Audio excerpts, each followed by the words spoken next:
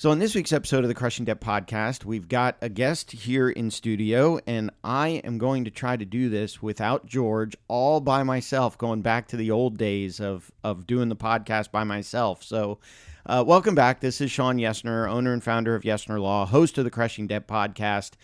George, we miss you. George has got some other obligations, so he can't be here today, but I think I can slide back into when this was a solo podcast and do it myself.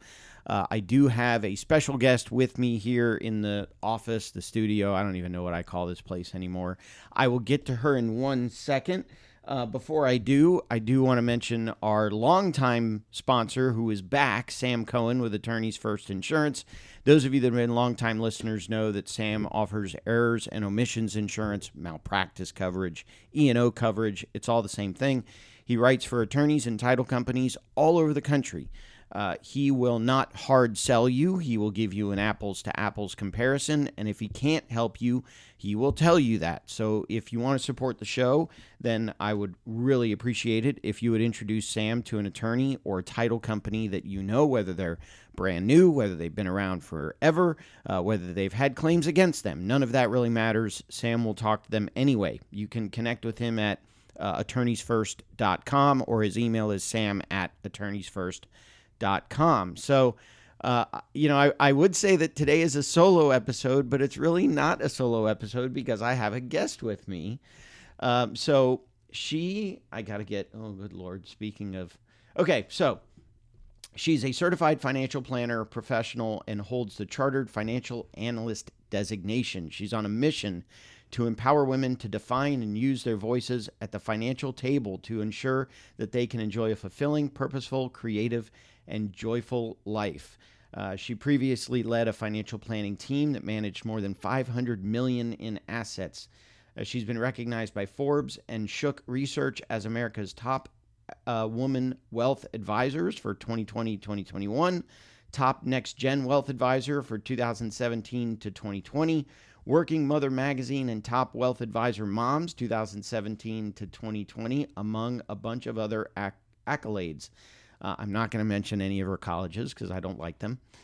She earned an MBA with a finance concentration and has undergraduate degrees from, that school that I can't mention.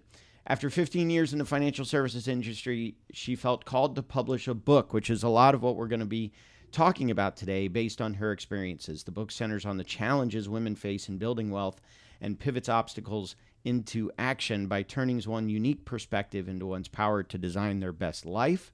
Welcome, my guest, Cassandra Smalley. Welcome, Cassandra. Thank you, Shawn. I'm excited to be here. Yeah, so I also do want to mention you are the owner of Cassandra Smalley Wealth Management, and your website is cassandrasmalley.com, which has a ton of resources on it. So there's actually a resources page on the website. So a lot of the stuff that we're going to go over today, you can check out her website, cassandrasmalley.com. I'll have it in the show notes, how to spell it, how to link to it.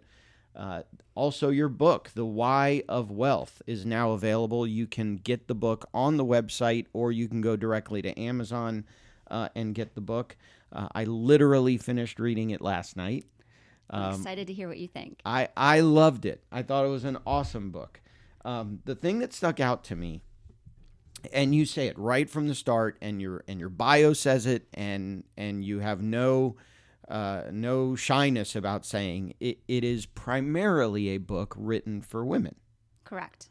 So, and I know you go a little bit into the story. I love the very beginning concept that kind of wove its way through the entire book, which I still remember is the sand lot and playing in the sand. Mm-hmm. But in your own words, what compelled you to write this book? Yeah, so after 17 years or so in financial planning, working for various firms, I really wanted to kind of create this book, and also my practice now centers around encouraging women to have a voice at the financial table. In having financial planning conversations with couples over the year, with working with different individuals, I really had a unique view into the lives of how money affects certain decisions, how we think about money, how these relationships evolve over time. And one of the things that really stood out to me in a lot of the conversations I was having was that it mattered so much more in making sure that women were set up for financial success. At the end of the day, we know statistically women tend to live longer. And more I researched about the book, one of the things that stood out to me is that 80% of women will end up controlling their wealth or someone else's in their lifetime. And they should be at the financial table. So there were just so many situations and different family dynamics that really made it important for us to have more honest conversations about money matters, making sure we're being more inclusive when we talk about things that affect our life. And that money is not just the numbers that we see on the spreadsheet. It's a lot more than that. And so the subtitle of the book is Mastering the Steps to a Wealthy Mindset to Live a Joyful Life. And I really felt compelled to kind of pull that message through, where it's about the life we're creating. It's about having that freedom and flexibility to live out our passions, to spend time with people we love. And so that was kind of the goal in writing the book and starting my own practice. Yeah, and like I said, I read the book. I love the book.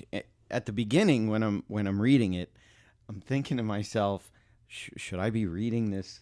Should I be? Because you do intentionally focus on women, but I know you say in the book, and when I read, what I found to be true was that a lot of the stuff you talk about in the book applies regardless of gender, regardless of status in terms of, what's your job, how much money do you have, how much money do you want, race, ethnicity, gender, all of that stuff. The concepts you talk about in the book really don't, they span all of that. Even though it's a book designed for women, right? It's a book that can help anybody and everybody. And that was the goal, was to set up the stage of, the first couple chapters really focus on the reasons why I wanted this to appeal more to a female audience, why it's so important for women to be engaged. And we can talk a little bit more about some of those statistics and things that kind of go behind it. But the goal, when you look at building wealth over a lifetime, when we look at how we're saving for a financial future, with money being such an emotional topic, it's about creating these disciplined habits. It's about getting in a good routine. It's about being honest with ourselves and having greater transparency. And that does span across, any cultural situation. It does span across male, female, single, widowed, divorced, whatnot. And there were just so many reasons why I wanted to be able to share that in a way that this book is not written to how to do financial planning. I feel like there's many iterations of that already. You can Google how to set up a 401k. You can Google all sorts of things. But what was really important to me was sharing the stories that help people resonate with, I can see myself in this situation. I could see how this could happen, or I know someone, or how can I best prepare myself and my family for the lifestyle we all want to live and love? Yeah, and we were talking earlier, and that was one of the first things that resonated with me, is more so the planning piece, and so and the stories that you tell. And one of the first stories that I can recall, and I told you this morning, when my wife's grandfather passed away. And it's kind of something you talk about towards the end of the book in terms of the planning and the life events and that kind of stuff. But I remember one of the things that he did was he wrote what he called the Doomsday Plan, or the Doomsday Event, whatever he titled it. But it was a notebook that contained everything that my wife's grandmother was going to need when he was gone. Now, he kind of knew it was coming. He had right. some health issues where he knew it was coming, so he had time to plan to put this thing together. But it had everything in it in terms of, here's our estate planning documents, here's our estate planning attorney that you should call, here's the bank accounts that I have, here are the passwords, here are the different logins, and it literally went through. I never really saw it. I think I saw the cover of it, but it went through everything that he would need. And that was a lot of the stories you tell in the book were things that I liked, because it put it in a perspective of, this is probably how my wife is thinking about it. And so it helped right. me relate to her better in terms of of money. Yeah, and I think to your point of the Doomsday Book, I mean, everyone should have some version of that. And the whole key idea behind just having everything more organized, and I think financial organization is a huge component to just feeling like our life is in order, we're on track for financial success or financial freedom in the future. But having everything well organized where your next of kin or your wife or your husband or your partner knows where to find that information, that's the last thing they want to have to deal with, is wrestling through piles of financial statements, looking for passwords to different accounts at a time where they're grieving. I mean, that is a horrible time to have to stress and worry about, what do I do? Where do I find things? I don't even know who to call. And so the relationships that I kind of developed over the years working with my clients were much more about, who are the people in your family that are going to be impacted by your picture, by your plan. We don't have to share numbers.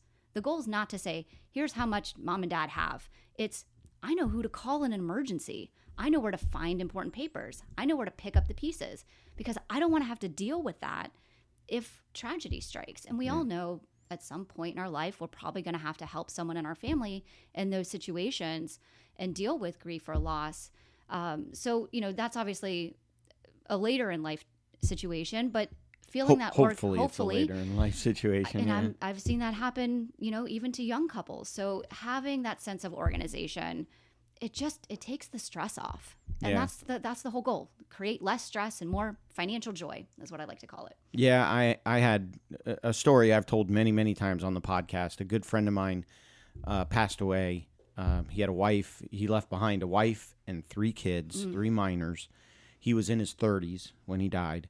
And he left behind a $10,000 life insurance policy. Oh. And that's all. And now I tell the story from the perspective of, she then came to me and said, well, we've got this house. What do we do with this house? Right. And the interesting thing was, he was on title to the house and he was on the note and mortgage, but they had intentionally left her off the note and mortgage because it was what we would think of as a traditional household. He was working. She was not. She was raising the kids. She didn't have the income to qualify for the loan. And so now we're faced with a situation where the bank literally forced them into a probate to talk to her to modify the loan. Wow. And those were the steps we had to take. Now, the funny postscript to that story is that when the bank finally said we were able to get the loan modified, so I think she's still in that house today, and he passed away thank goodness. 10, 12, 15 years ago. She's still in the house today, as far as I know. The interesting thing was, when the bank sent out the loan modification papers, instead of sending them out in her name, they sent them out in the name of, so-and-so estate of. So she's still not obligated on that loan. Wow. She could literally walk away from that house with no financial consequences at any point that she wants to. Now, I'm sure today the house has equity. Yeah.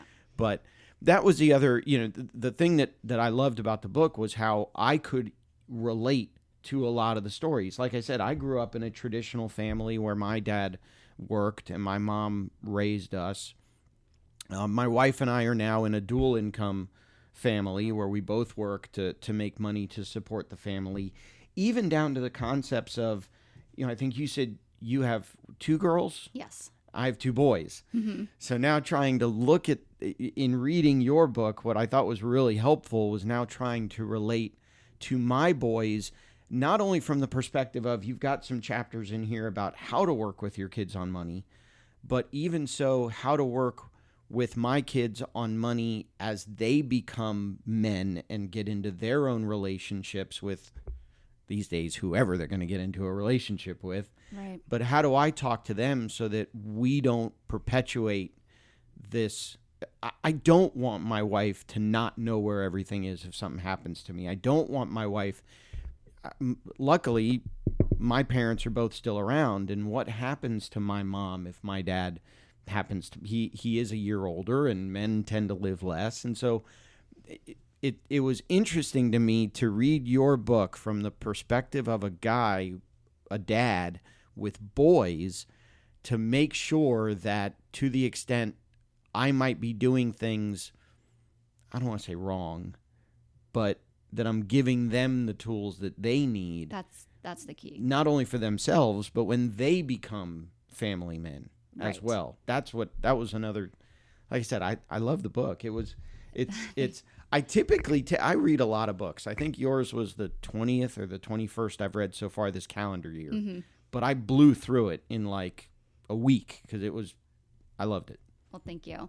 Well, and to your point, I had a friend, and I mentioned this story briefly in the book too, that, lost her spouse in her 30s and had to pick up the pieces. And he kind of left things in order, but she had trouble even unlocking his phone and accessing a computer and getting passwords to things. So I can see how, we just don't know sometimes those unexpected events.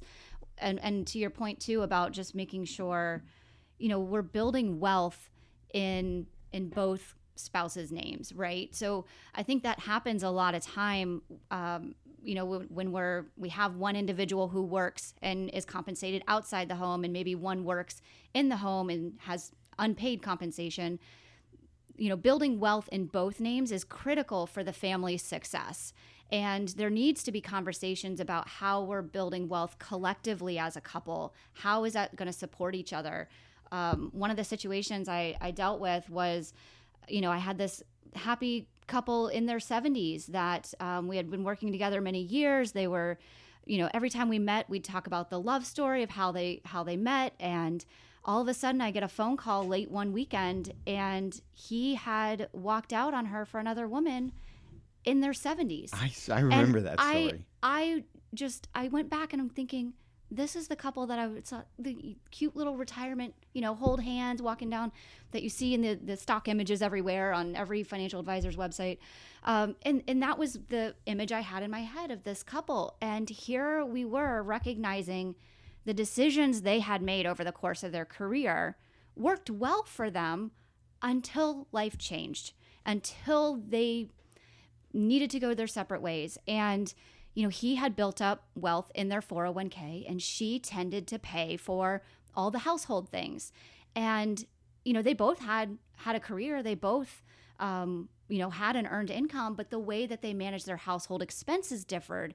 And she, through the divorce proceedings, she was left with her smaller accounts. He got to keep the larger ones, but to counteract that, she got left with the house. An old rickety house, needed a new roof, needed all the maintenance. And sounds great. And when you look at on paper, this might be somewhat equitable, but a house is an illiquid asset. She can't sell off a bathroom to put food on the table. And here we were, 70 something years old, now living off half the income, because there goes half the Social Security benefits, half the resources, because his IRA, went with him, and a house that she's going to have trouble maintaining. So, there's all these situations. We don't know what life is going to throw our way. So the goal is just to have more of these open, honest conversations, build wealth collectively together, so that everyone, I think it actually improves relationships and improves the dynamic in the family. I love the idea that you had in the book of a money date. Mm-hmm. And even, I didn't even think, I think you said in the book too, to do it almost like a party. Yeah. So not just you and your spouse, but maybe invite other people as well, and all kind of work through, not necessarily disclosing, here's what I make, here's what I save, right, but all of everyone in kind of like a group think setting.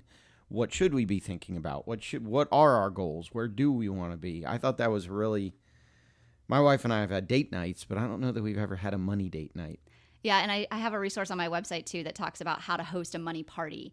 And I have all these different themes in there where, you can just have the money date with yourself, right? Right. Yeah, the money date with yourself. Order in, let's take a look at the finances. Let's, make it exciting. Have ice cream or whatever it is that makes it, special and different. Or you could have the money date with your partner and just do it over a dinner, or do it over a special night out, or, having people over where everyone is learning something about how to make smart financial decisions. You could bring in a speaker. There's different themes and things like that I have in the resources on my website. But the whole idea is just to create an environment, create a society where we have more of these conversations where money isn't such a taboo topic. And the other interesting thing that occurred to me also was, not only, so I kind of want to go backwards a little bit. And I know you say in the book you can bounce around. I tend to read it in order, but when I'm on the podcast, my brain I bounce around a lot. So I apologize for that. But one of the interesting things was the life events that you talk about. So the unexpected divorce, the unexpected death. You also talk about the unexpected influx of money, the unexpected windfall of money, and how that can possibly hurt people as well, Right. and how you need to, I guess, prepare for something like that as well, or know when you get the windfall, what am I going to do with it? Right. And I think I've seen in situations where people come into money and then think, oh, great, I've got this pile of resources. I can live happily ever after. And there is a very different skill set that's needed to earn and grow money and keep it. And so we see that. I joke in there, about, different celebrities that had millions and millions of dollars that they were earning each year and filed for bankruptcy. And it's a shocking situation to see how you can have so much wealth and still not necessarily have the resources or the wherewithal or lean on the experts who can help you maintain it so that it can last your lifetime and maybe pass that on to the next generation. Yeah, I had a couple years back, I think an entire year of social media posts with the hashtag celebrity bankruptcy. And so some of them that you mentioned, I knew. Yeah. One or two I didn't realize had filed bankruptcy, but yeah, it's interesting how sometimes that financial windfall, and a lot of it at the beginning of the book, you talk about setting good financial habits and setting good financial goals. And I think that's really the key to, if you get the windfall, but you have good financial habits, then you can keep keep more of the windfall or make it work better for you. Yeah, and I think the goal is, if we're not an expert in this area, you have to lean on somebody who is. And I think a lot of times people have a hard time opening up, releasing all their financial skeletons. They don't want to share what they've done in the past, or feel judged or shamed in different circumstances. But having a professional that you can lean on to guide you so that you can do that more efficiently, you can build wealth and make it last, I think is a critical component to that. And so I'm sure in those situations there probably wasn't necessarily good advice being had in order to not just what you do how to build wealth, but how to keep it is kind of a critical piece of that. Yeah, I remember one of the things my dad taught me is your expenses don't have to keep pace with your income. Right. Just because your income goes up doesn't mean you have to spend more money. That lifestyle expansion or lifestyle creep. Keeping up with the Joneses, Yes. And then the lifestyle creep and all that. Do I remember reading in the book that being a financial advisor, being a financial planner was not your first career? Did I read that? Do I remember that correctly? Yeah, I ended up going back to get an MBA, and that's where I got. I found Fidelity Investments was my first official start into financial services. So before that, I actually I started in sport management, and Okay. so I had dreams of working for a professional team, and actually worked at the PGA helping plan the Players Championship for an internship. Oh, wow. 1 year. So that was kind of interesting. But once I found the financial planning and then moved into a role that was centered more on college planning, that's when kind of the joy of planning was really born for me, because it was really in that moment. And I think it may have taken a few years for me to connect the dots, but the phone calls, let me back up and set the stage. The time when I was in this college planning role, there were two different types of phone calls I was getting. One was from just regular trading, people calling about their investment accounts. And that was during the time of the Great Recession. So you can imagine the types of phone calls I was receiving. The economy's fallen to pieces. People are losing their houses. People are losing their jobs. Everything's 50% of what it was before. But the phone calls I was getting when I worked in college planning were super joyful and happy. It was a parent or a grandparent calling about, the little bundle of joy that was just born and they wanted to start a college account for them. Or it was, Johnny and Susie are going off to college and we're so excited and we're proud of them and they're, going to do this with their careers. And so the conversation centered on what was most important to each person. When we go back to our values and our why and our purpose, the things that really matter most to us, then the conversation can really center on how are we building resources to achieve that goal. I think when we manage investments or we look at our finances from a fear or shame or guilt, it's really hard for us to make those decisions that will set ourselves up for the future. So I think there's a lot of mindset that goes behind that. And those are the types of conversations I try and refocus our attention on, is what is most important to you. Yeah, and we had last week, we had on the show a guy that does college planning, that helps families that are planning for college. You've got a section about it in your book as well, in terms of college planning versus retirement planning, and that whole conversation, which again, George has one daughter in college. He has one daughter in high school who's about to go to college. My two boys, one of them is turning 12 on Tuesday. So when this comes out, he will be 12 when this episode comes out, and then the other is 9. So George and I are actually kind of on the different ends of the financial spectrum in terms of planning for college. He's in the middle of it, and I'm getting started with it right now. But there is a section in there about college planning. So that was it was interesting to me as I read the book that a lot of it. I've always said that as a bankruptcy attorney, you and I are on different ends of the financial spectrum, and we may still be. I mean, that's I help people without money. You help people with money. But at the same time, a lot of the concepts in the book are a lot of the things that I have to tell my clients in terms of, okay, you got into all this debt. We can get you out of all this debt, but then how are we going to prevent you from getting into debt again? Right. And that's where a lot of the concepts in your book, like I said, I loved it. I thought it was great. Thanks. Well, and the college planning part of it too. I mean, obviously not every listener may have to deal with that situation, but the whole idea of saving for college and retirement is usually a very challenging situation for families when they're trying to juggle these two huge financial goals. And people tend to want to save for the one that's coming up closest, right? It's a shorter term goal. I need to save and pay for this expense first. But my point in that chapter is that there are other options for college. College is usually 4 years, and keeping your kids on track to finish it in that time frame is also important. I was 5, but whatever. Yeah. Well, neither here nor there. But the whole idea is that retirement can be 30 years. That's a 30-year paycheck that you have to recreate. And so it's a much bigger goal, even though it's further away. And so looking at ways to not necessarily throw all of the funds and resources towards something that's short term, and thinking about it in terms of how is this going to set me up for the future. And also, if there aren't resources around, who do you think is going to have to take care of you? You don't want to have to now put that burden back on your adult children. I don't know. I think I think it's a good retirement plan for me to hope that my kids get rich, and then cross your fingers and hope they make the right decisions. Help them. Tell them to read the book. Help them. Yeah, tell them to read the book. Help them to get into good jobs, and then I can go live with them. That's fine. I can do that. So. Again, it's CassandraSmalley.com. There is a resources tab on the website.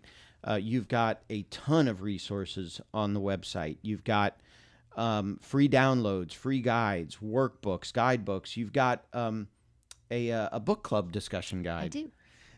So maybe I can figure out a way to add Crushing Debt to your book club. That'd be awesome. You've got a retirement plan comparison chart. You've got different tax contribution numbers. You've got a financial wellness quiz. You've got all kinds of resources on the website.